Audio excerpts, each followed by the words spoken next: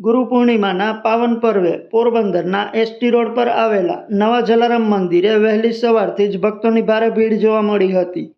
વર્ષમાં માત્ર એક જ વખત મળતા વિશેષ અવસરે ભક્તોને નિજ મંદિરમાં પ્રવેશ આપી સાધુ મહારાજ, જલારામ બાપા, લીરબાઈમાં અને બાપાના ગુરુ ભોજલરામ બાપાના ચરણ સ્પર્શનો લહાવો આપવામાં આવ્યો હતો.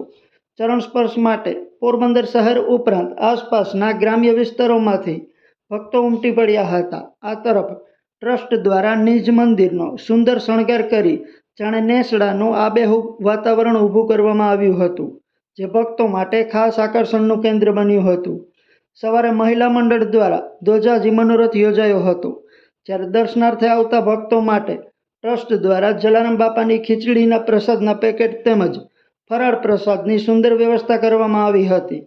ગુરુ પૂર્ણિમાના આ ભવ્ય આયોજનને સફળ બનાવવા જલારામ સેવા સમિતિના ટ્રસ્ટીઓ, મહિલા મંડળ, યુવા ટીમ અને મંદિરના સેવકોએ જહેમત ઉઠાવી હતી.